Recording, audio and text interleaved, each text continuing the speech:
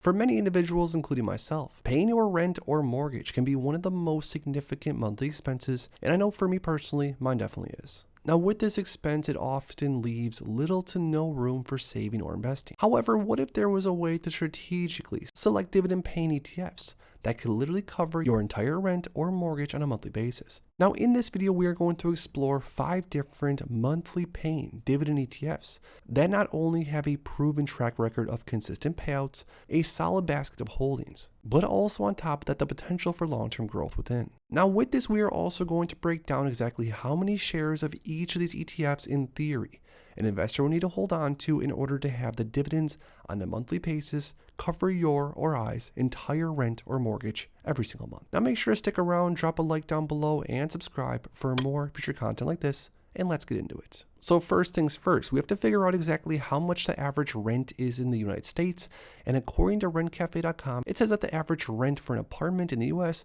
is around $1,702 per month, and of course this is going to change on whether you live in X, Y, or Z state, or an apartment or a house with a mortgage, etc. But let's just go off of $1,700 per month. So that's going to be the amount of money that we're going to try to receive in dividends on a monthly basis from these various ETFs. Now that brings us into the first high quality dividend ETF that pays a dividend on a monthly basis. The ETF we're talking about is Devo, or the Amplified Enhanced Dividend Income ETF. Now the Devo ETF has been around for 7 or 8 years, and its performance has been pretty decent. It's up 38.05% on the max time frame, and that's not even including dividends.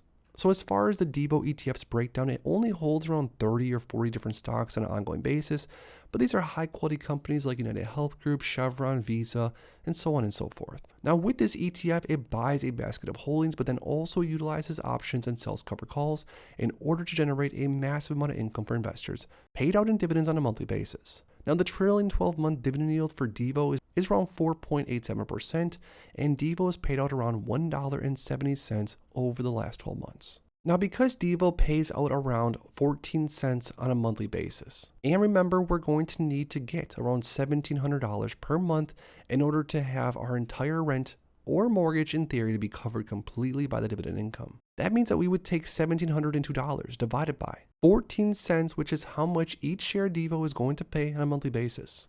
Which means that in theory, we would need to purchase 12,157 shares of Devo in order to have our rent completely covered. Now because Devo ETF is currently trading at around $34.61, we would multiply that with how many shares we need, which means in theory, if we spend $420,000 on the Devo ETF, the dividend itself could completely cover our rent.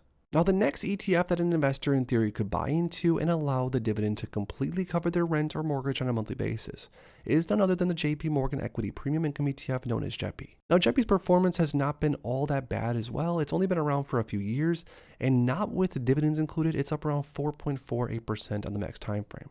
Now JEPI, similar to Devo and similar to pretty much all the ETFs we're going to go through in this video, is more of a covered call ETF, meaning that it buys into a large basket of holdings and then uses covered calls to generate more income on a monthly basis. Now JEPI's trailing 12-month dividend yield is much higher than that of Devo, at 9.98% trailing 12-month, and around $5 has been paid for every single share of JEPI over the last year. Now although JEPI ETF does not pay the same exact amount every single month, let's just go off of the last announced dividend of 34 cents per share per month.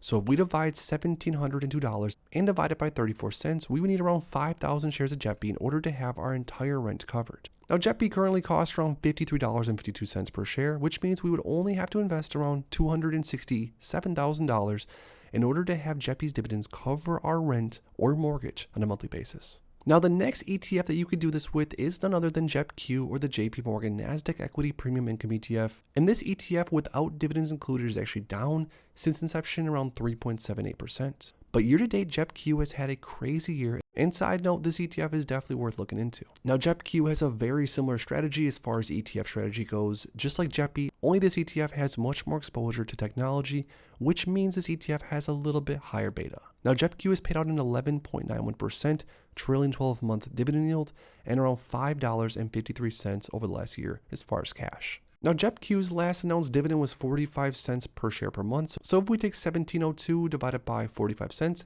we would need only 3,782 shares of JEPQ in order to have our entire rent covered. Now, if we multiply that by the current share price, we would need to invest in theory around $175,000 in order to have our rent completely covered on a monthly basis just from the JEPQ dividend. Now we are starting to get into some of the more fun stuff. This ETF is pretty crazy, the SVOL Simplified Volatility Premium ETF.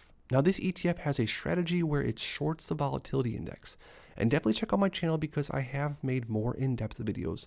But SVOL in the max time frame is actually down 12.35%, but just 1 second, the dividends most likely should make up for it.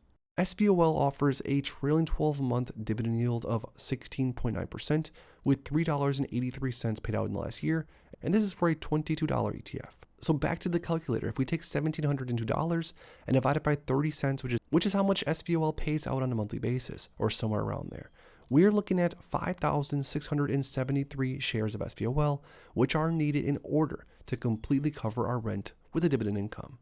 And now if we multiply that by $22.31, we would need only $126,572 invested into the Simplified Volatility Premium ETF in order to have the dividends completely cover our rent. Now, last but not least, you guys knew I had to go there. The TSLY, the Yield Max Tesla Option Income Strategy ETF, which has been all the hype as of lately for good reason. Now this ETF is actually down quite a bit on the max time frame, not including dividends.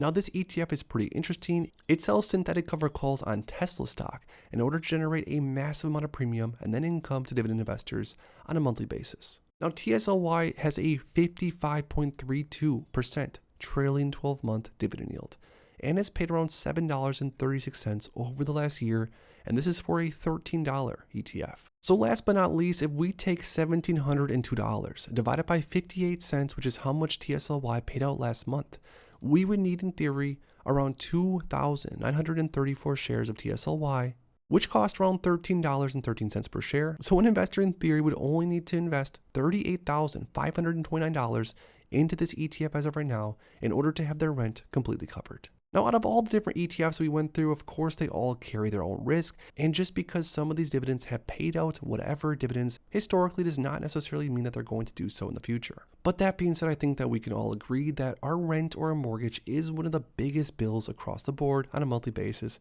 And how nice would it be to have a high quality dividend paying ETF to be able to cover the rent or mortgage payment on a monthly basis?